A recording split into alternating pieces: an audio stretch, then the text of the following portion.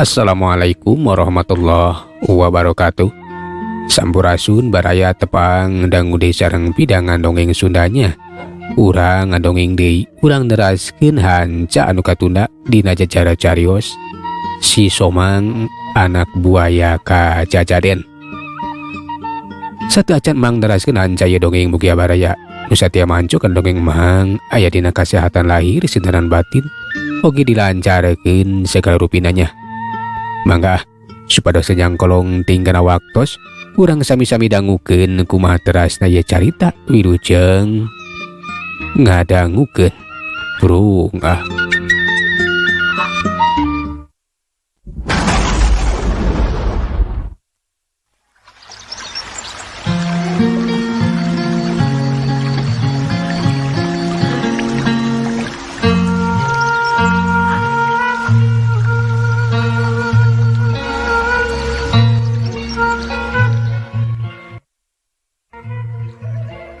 Gancang na carita si Odon deges tepi we kalemur, malah kiwari teges ngobrol jeung si Somang. Lamun indung nanya eta nyi amit kasih teh bakal datang we cenah nohonan kana pamentana. Tapi sok sana aja nunggal wan si peuting pikeun si Somang teh kacida bagjana. Jadi kitunya Pak, nyekeun bae lah. Nu penting mah si emak aya datang ka dieu we, senajan panggihna ukur ti peuting. Atuh. Indung maneh teh sabab teu bisa ninggalkeun karaton atuh. Sabab kapan nu ngaratuan di ditu atuh, lamun indit ka dieu mah. Nanya Pak lah, keun bae. Nya nu penting mah indung maneh teh aya datang ka dieu araka saksi kurang lembur kitu cek biju musih mana mahiran caritaan. Manehna ge bungah lamun nu jadi minantuna teh nyaeta cenah Ratu Amit Kasih bakal datang ka lemburna.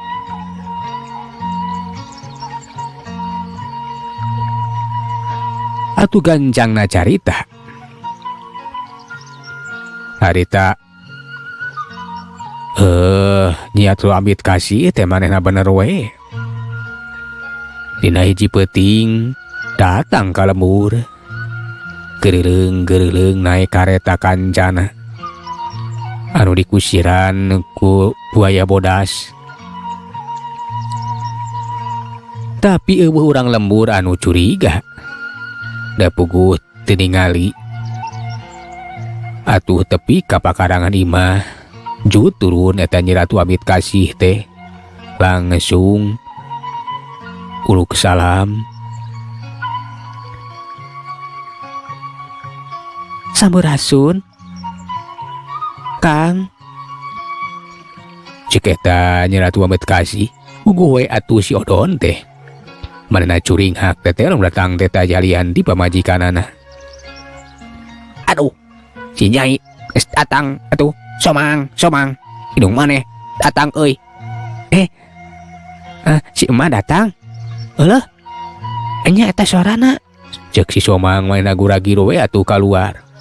Bere kasampak nu jadi indungna teh nyaeta Nyi Ratu Amit Kasih keur ngacanteng we. Malahan manilik tina papakeana teh geus salin wujud. Kawas urang pilemburan we make kabaya di samping. Pikeun si Odon mah teh kapalingan da puguh eta teh pamajikanana sok sanajan papakeanana geus ganti. Make atuh Nyai. Yap ka jero. Mangga Kang. Bagea kumaha maneh teh Somang? Nah betah cicing di alam manusia. Betah atuh mak. Uing cicing di alam manusia teh geuning rame di alam manusia mah. Beda jeung di ditu. Cek si Somang manehna teh bari ngagabruk ka indungna. Pikeun Nyi Ratu Amit Kasih ge manehna teh bunga ningali nu jadi anakna teteh geus bisa salin wujud jadi manusia anu utuh. Keur kitu harita torojol bijum sih manehna nu banget penasaran kumaha cenah rupa minantuna teh. Berang breh katingali aya nu awe geulis make baju kabaya. Geulis kawanti-wanti endah kabina-bina. Atuh pikeun bijum sih ge meuni colohok we. Mata si meuteun kaget ningali ku kegelisan eta awewe cenah moal boa eta teh nyaeta Amit Kasih nu jadi pamajikan si Odon. Alah ieu meureun si nyai teh nya anu keur ditutungguan teh. Bener atuh mak. Ieu nya Amit Kasih pamajikan kuring atuh mak. Punten mak. Iya abdi cek eta nya Amit Kasih barinya solongkrong nyampeurkeun. Ya ka dieu nyai bagea. Tetela nyai teh nohonan ka menta emak jeung salaki nyai. Syukur we geus datang ka dieu. Emak teh regreg cek bijum sih harita ngarasa regreg. Lamun Ratu Amit Kasih kiwari geus aya di alam manusia babarengan jeung nu jadi anakna pon kitu di nu jadi incuna. Atuh geus kitu mah ngobrol we ngaler ngidul pikeun bijum sih bunga ku kadatangan Nyi Amit Kasih tangtu we cenah urang lembur teh moal carurikaeun deui sab teteh lah si Somang teh puguh indungna atuh nu jadi anakna nya teh si Odon puguh boga pamajikan. Malah mah harita bijum sih teh ngomong dina poe isukan mah cenah tek diulem we urang lembur teh rek aya syukuran leutik ngara urang lembur teh nyaho ka Nyi Amit Kasih nyaeta pamajikan si Odon. Tah kitukeun we kumaha isuk mah rek ulem ka urang dieu we nya ngarah nyaho kitu nyamun maneh teh boga pamajikan. Ya tuh kumaha mak wae jeung deui ngarah nyarahoeun ka pamajikan kuring atuh mak nu geus sakieu geulis nama. Nya geus mah aya tandingna we di dieu mah.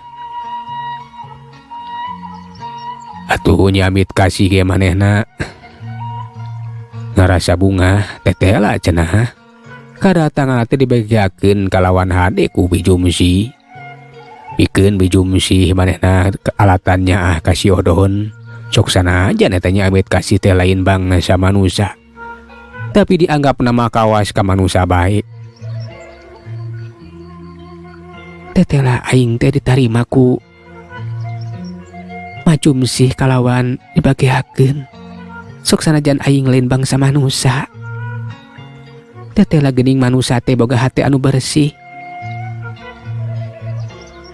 Aing dianggap kitu cek eta Ratu Amit Kasih. Manehna teh kataji sabab teteh lah cenah manusia teh memang mulia boga hati anu bersih sok sanajan manehna teh bangsa siluman tapi teu dipikangewa. Atuh akhirna mah waktu isukan bener we bijum sih manehna teh ngulem we ka urang lembur. Pak RT di teang pupuh lembur di ondang. Atuh si Somang ge di tengah bejaan sobatna nyaeta si Duyeh sangkan inung babana nyaeta Mang Omo jeung biaca aya datang ka imah sabab si Odon teh cenah bapana nyaeta si Odon kiwari rek syukuran we sabab nu jadi pamajikanana aya datang ka lembur. Tak kitu euy wayahna isukan maneh jeung indung bapa maneh kudu daratang. Nah aya naon kitu? Lain aya naon ya indung uing bapa uing terek syukuran sabab indung uing aya datang nya ke urang bejakeun we wang wartoskeun ka emak jeung bapa cik eta si Duyeh. Atuh ari geus kitu mah si Somang teh balik deui ka imah. Kayahan wanci geus sore. Kira-kira geus liwati sareupna. Di imah si Odon teh geus loba jalma. Manehna banget ku panasaran kumaha cenah idungna si Somang atau majikanna si Odon teh. Teteh lah. Eta nyamit kasih teh geus aya di jero kamar. Kangaranan bangsa siluman bicara celek. Teka nyahoan kurang lembur. Nyaho-nyaho geus aya di jero kamar si Odon. Kadenge ari teh tengah imah teh keur ngarobrol we. Bapak jadi penasaran nih teh kumaha ari bojona Jang Odon teh nya. Bi. Nya Bandungan weng kege aya di kamar. Tadi teh keur dangdan. Nyang kege keluar cek pijum sih. Bah yang wawu nginubungah jeung bagja we nya. Lamun Jang Odon teh lah geningan. Geus boga pamajikan. Ari abah mah satarina mah kaget we. Ari pamajikan ari anakna aya. Nya ayeuna mah aya ke urang garowan heula ku abdi. Cek pijum sih bari ngagarowan ka nyamit kasih. Nyai. Iya urang lembur cenah hayang wawuh. Ur atuh itu urang lembur hayang ningali nyai atuh. Nya mangga da atas beres Kang. Atuh geus kitu mah eta nyamit kasih teh kaluar ti jero kamar ngalanggeor. Nu aya di tengah imah hari teh eueuh nu teu kasih mah. Kabeh molohok mata simeuteun ningali eta Nyi Ratu Amit Kasih. Sok senajan make pabakaian anu basajan tapi kangaranana tuh eta Ratu Siluman anu katingal teh geulis kawanti-wanti endah kabina-bina. Sararea teh molohok kaget. Jadi iya Nyi Asih teh. Aduh. Nepangkeun ieu Bapak RT Acun cek Pak RT. Nu sejenna mah harita teh ngabadebeueuh anu ngomong da masih kaget. Nya nuhun we atuh tiasa ditepangkeun sara urang dieu. Muhun abi teh Asih. Abi teh indungna Jang si Somang. Mohon.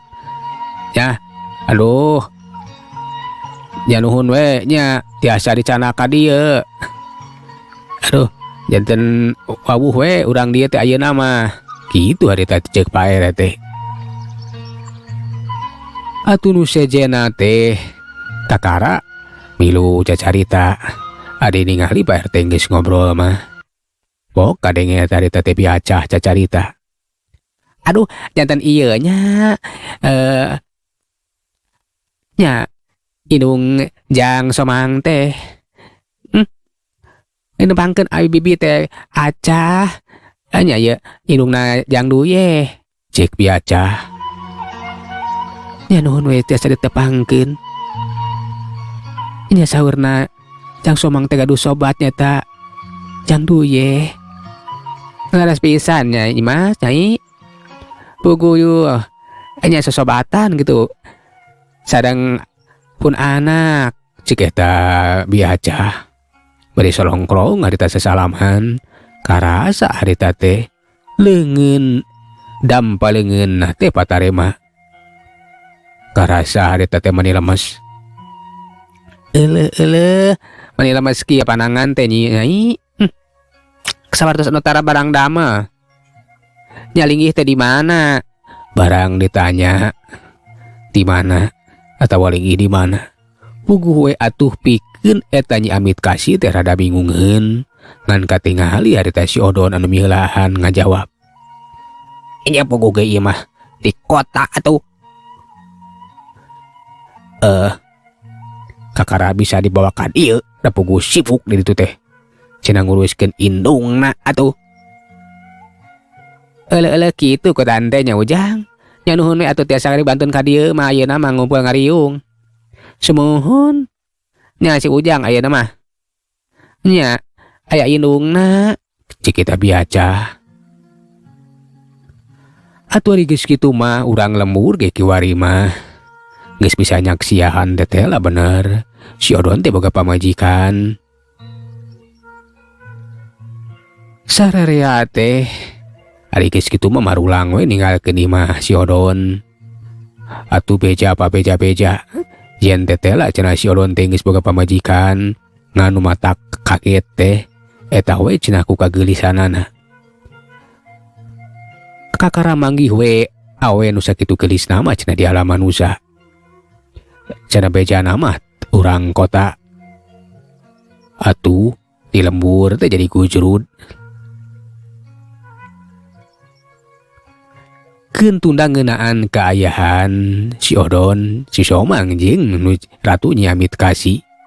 Ayeuna mah urang caturkeun Bah Mamad. Satu tasna harita teh manehna nampa laporan.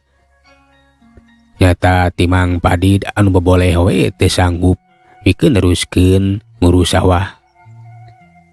Atuh eta Bah Mamad teh manehna teh nepungan deui Mang Omod.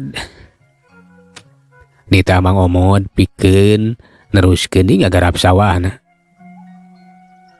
Tak gitu. Jadi si Padid teh boboleh we cenah Mang. Da eta. Wajar teh cenah aya jurig, aya siluman buaya anu ngaganggu. Di tengah tos kanggo jisim abdi mah. Kumaha maksudna kitu tah? Da janten eta Mang Padid teh canggemeun lantaran aya jurig. Nya. Ari cenah ari ku hama mah jeung keuyeub eueuh.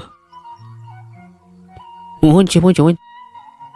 Abdi oge heran margi basa diurus ku abdi mah memang seueur hama. Sareng seueur keuyeub da eta we teu kaur atuh. Pami mayor teh bocor sareng bocor. Nya hari ceuk. Si Padid mah urusan eta mah eueuh. Geus beres. Eueuh hama jeung eueuh nu ganggu.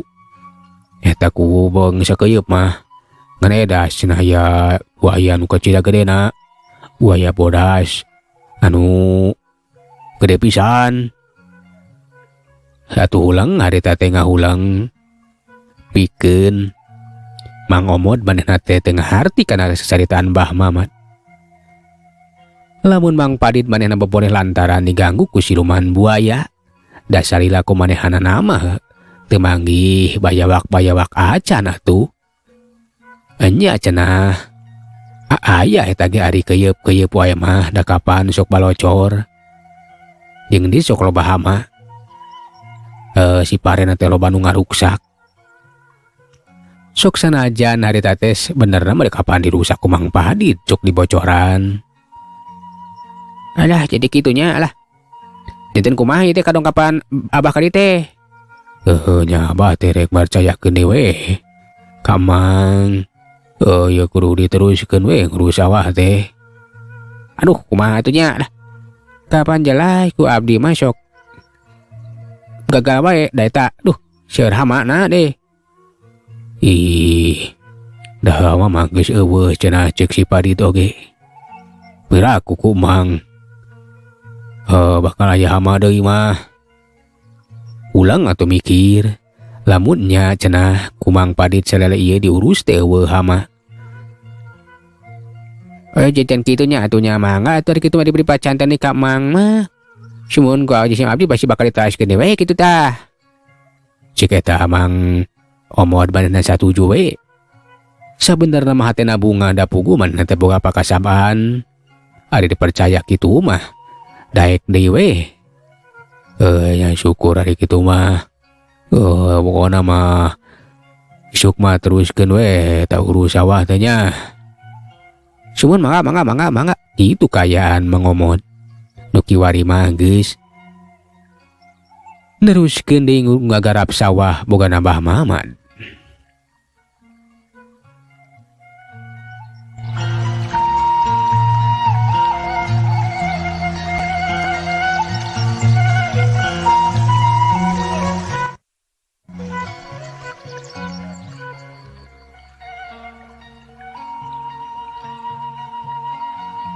Ayeuna urang malikan deui kaayaan di imah si Odon.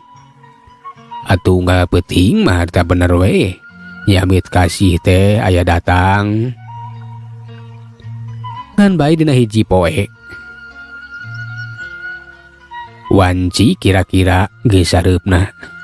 Kaayaan di lembur geus sepi. Atuh nu ngaronda geus mimiti harita teh kapos.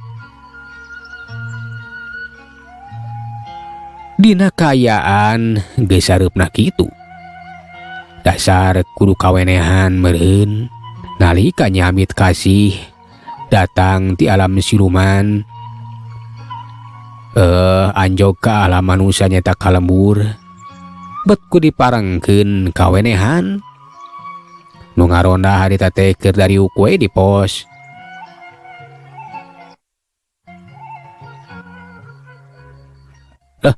Terus seuing nya mang. Ngeunah lamun di ngaboboy sampai ya mah. Nya jang. Tengah tuh kadieu ka kebon lah. Ke sampai Pak RT orang ala lah. Kadieu mentah we. Nya tuh kuring orang ala ka itu.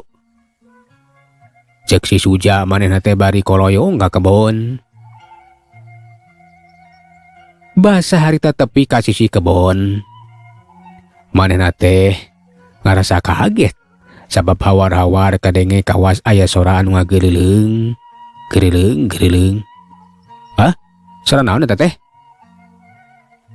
Sai harita teh bulu punukna ting puringgak. Sabab jelas nu kadenge teh kawas suara kareta kancana atawa delman geuleung. Barang disidikeun suarana teh ti jajalaneun ti belah ti kulon atuh disidik-sidik we. Barang geus jelas gebeg atuh eta si Suja teh ngagebeg reuwas. Sabab tetela memang bener aya kareta kancana. Anu dikusirana teh nyaeta ku buaya bodas anu kacida gedena. Sirah kaluhur buaya kahandap mah jelema. Jeung deui harita teh aya hiji awewe anu kacida geulisna. Make papakean anu harurung harerang, make makuta segala rupa. Malahan mah atuh si Suja teh nepikeun ka ngayak-yak bakating ku soak. Naon eta teh? Jurig gitu jurig. Bari harita teh manehna teh nyisi. Da eta kareta kancana teh ngaliwat we ka gigireunana. Rada tenang sote harita satu tasna eta kareta kancana teh ngaliwat. Ading geus ngaliwatna berengbeng wae atuh teu tulus ngalasampeuna oge. Balik ka pos bebeja harita teh. Ka Mang Udi. Puguh we atuh Mang Udi reuwaseun ningali si Suja lumpat ka sakalumpat lampet. Teu sidikna mah notok-notokkeun maneh. Keburu ngabeubeutkeun maneh. Kunaon ari maneh Suja? Alah, jurig mang. Uing manggil jurig. Aya buaya si siluman. Buaya si siluman. Buaya siluman kumaha ari maneh? Tanginum. Cek Mang Udi bari ngasongkeun cai nginum. Da katingali harita teh si Suja bangun anu masih keneh soak. Masih keneh reuwas keur mah capek tasul lompatan. Regot atuh cai teh diinum. Penjakeun sebenarnya naon ieu teh? Ada aya buaya. Buaya naik kareta kancana. Narik awewe gegelis jigana ratu siluman mang. Ai mangihan jurig siluman buaya. Itu tinggalian meureun maneh mah. Naon dari sisi kebon Pak RT mah. Tara kacaritakeun aya jurag-jurig. Bener Mang. Jelas pisan. Eta siluman buaya. Kareta kancana teh. Eta nu narikna teh huluna ka luhur buaya ari awakna mah jelema. Ngan anu mata kaget teh ditarikna mah awewe geulis make makuta. Geulis pisan pokona mah. Moal manggih we lah. Buat aya bae si laing mah. Hayu jeung Mang lah. Nah, piraku sieun ku jurig. Kitu harita teh. Cek Mang Udi ngajakan deui ka si Suja. Pikeun ngalah sampu di kebon bae teh. Kela Mang soak keneh kuring mah. Sieun panggih deui. Bolegu geus ya mah. Lamun panggih deui mah euy. Eureunkeun we. Gua ngajak kenalan dah. Kapan disidik cenah nu geulis nu ditarikna teh. Anya tapi eta we ningali kusirna nepi kasieun. Buaya bodas kecil gede na. Kitu harita teh cek eta si Suja. Atuduanana teh manehna teh nu hiji hayang ka kebon, nu hiji di merod. Buru sia buru. Moal naon? Kerawang soak keneh Mang. Sia mah borangan. Dagoan sakedeung sia di dieu cek Mang Suja. Cek yang Mang Udi manehna teh langsung indit ka kebon bae teh ngalah sampe berkaweuhna naon. Atuh geus kitu mah balik dewe ka pos. Dasar sia mah. Wah anjing sinan hungkul hoream we sia mangarabut sampe. Dengan dewek wawahna naon sia. Cek eta Mang Udi. Suwer Mang, bener Mang. Piraku uing ngebohong. Jelas pisan lah. Jadi kepikiran wae tah. Nanti mana etanya? Kitu harita teh. Obrolan nu ngaronda di pos. Sedengkeun ari kareta kancana teh bener wae eta teh mah nyaeta nyambit ka si anu ngaliwat. Datang di kalembur. Atuh isukna kaayaan jadi gujrut tuh cenah mah. Si Suja waktu rek ngalah sampe di kebon bae teh. Manggihan ngawenehankeun aya kareta kancana anu ngaliwat. Nu numpakna teh saurang awe geulis di kusiran ku siluman buaya. Eta beja teh tepi atuh ka Bijumsi. Bijumsi teh manehna teh reuwaseun langsung ngobrol ka si Odon. Lain. Nah eta Jang Suja cenah manggihan jurig-jurig kitu. Aya kareta kancana nu ngaliwat di kebon Pak RT. Moal poa kawenehan beureunan ningali pamajikan abi atuh mak. Nya datang ka ieu lembur ngaliwat meureun. Nya nah mana naon kitu Jang. Inggis we curigaeun. Moal bener moal. Cek si Odon mana mah yakin moal matakna naon cenah.